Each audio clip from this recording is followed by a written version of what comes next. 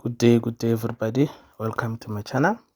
So today we're going to be doing the last question on paper 1 November 2023 mathematics. So now, as you can check here, I'm trying to do this thing here. So now it's fine. So now, I have this paper. It is now probability then. So now the first question on the statement, they're saying that A and B are independent events. So now when you're talking about independent events, you must now write that formula for what? Probability of A times probability of B. It is equals to what? Probability of A and B. You understand? That is what must come in your mind. That is the first thing that you must think of when you're saying what? Independent events. So now you are given the probability of A as this, and then probability of B as 3/4, right? And then now, the first question says determine what probability of A and B. So now you're going to use what? Our probability formula. And I just told you right now. So this is 10.1.1. So we know that probability of A and B, it is going to be equals to what? Probability of what? Of A times probability of what? Of B, right? What is the probability of A?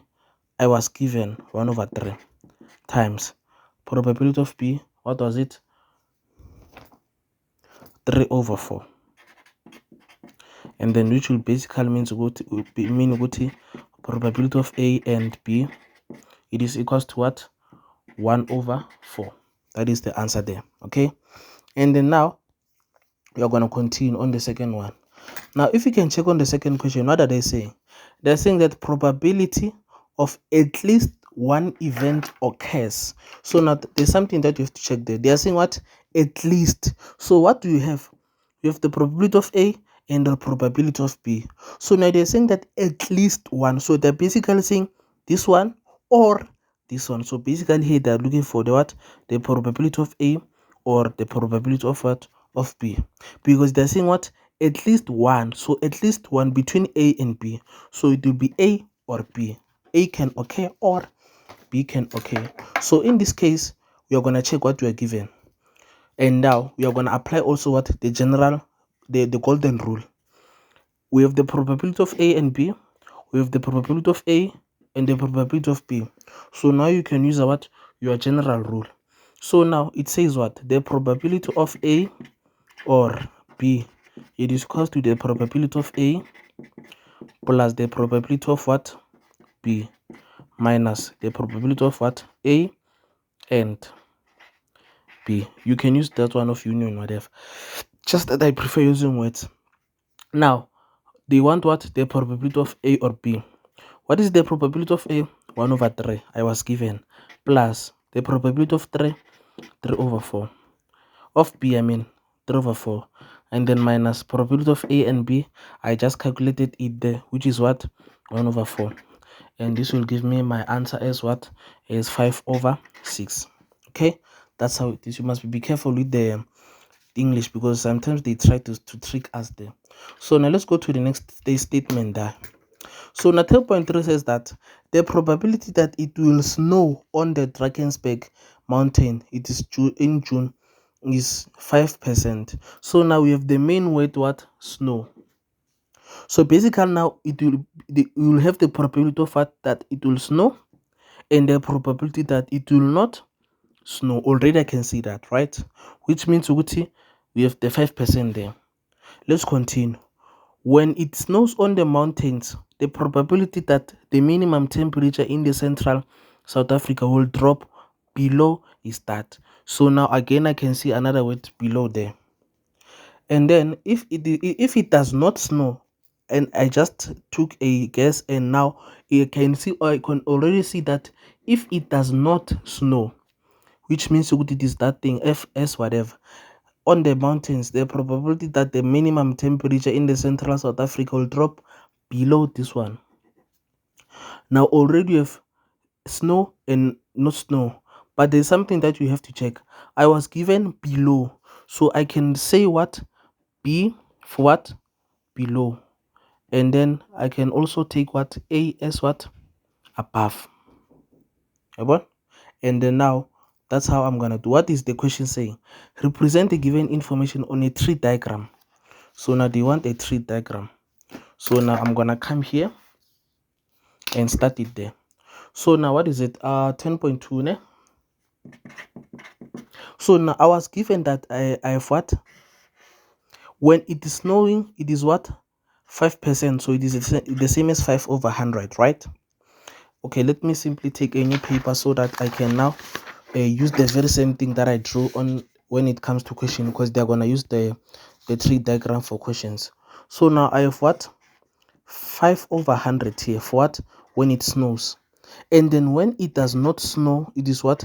95 over 100. Because the probability when you're adding these ones must be what? 1.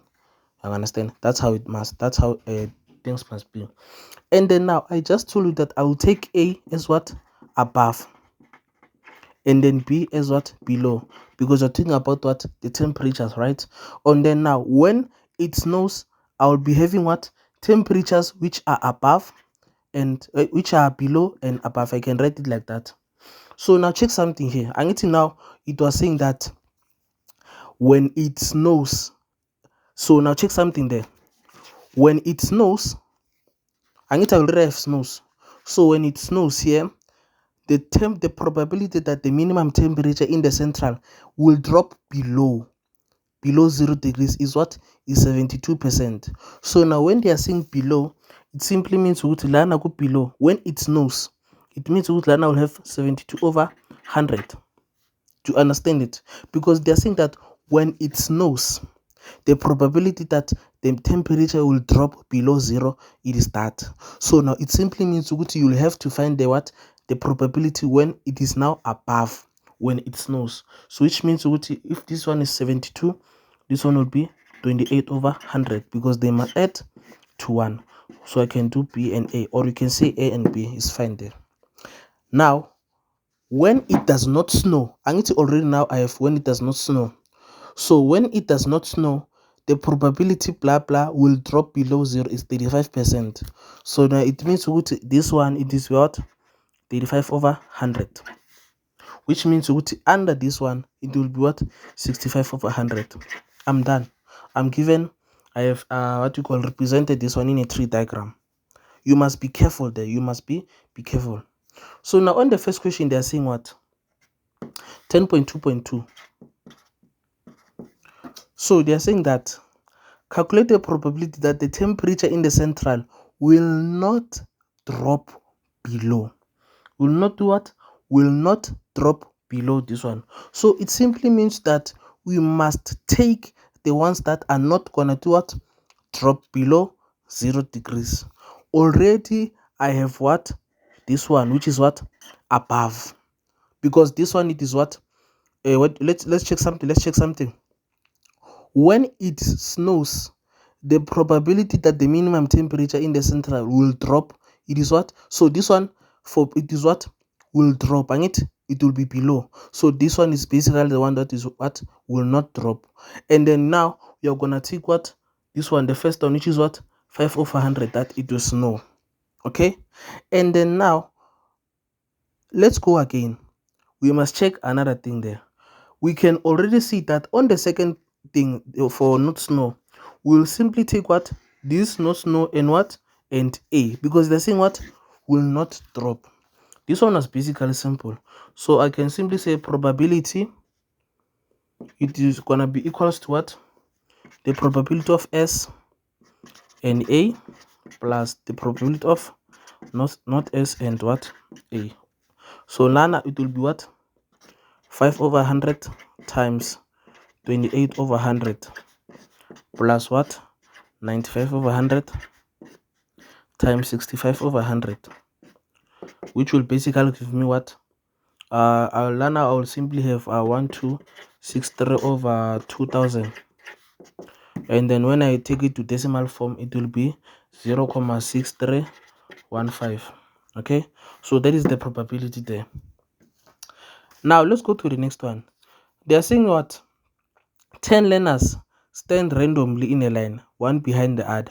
So in how many different ways can the 10 learners stand in a line? So now this one, it was simple. So 1 mark for my heart. Let me take my thing there. So now they're basically saying what? in how many different ways? This one was give us just 3 marks. This one is basically what? 10 factorial. And then now the other one is saying that calculate the probability that there will be 5 learners between 2 youngest learners in the line. So now this question now, it is the one that is what? Very tricky, and you must interpret it very, very, very well. Okay, so now check something here.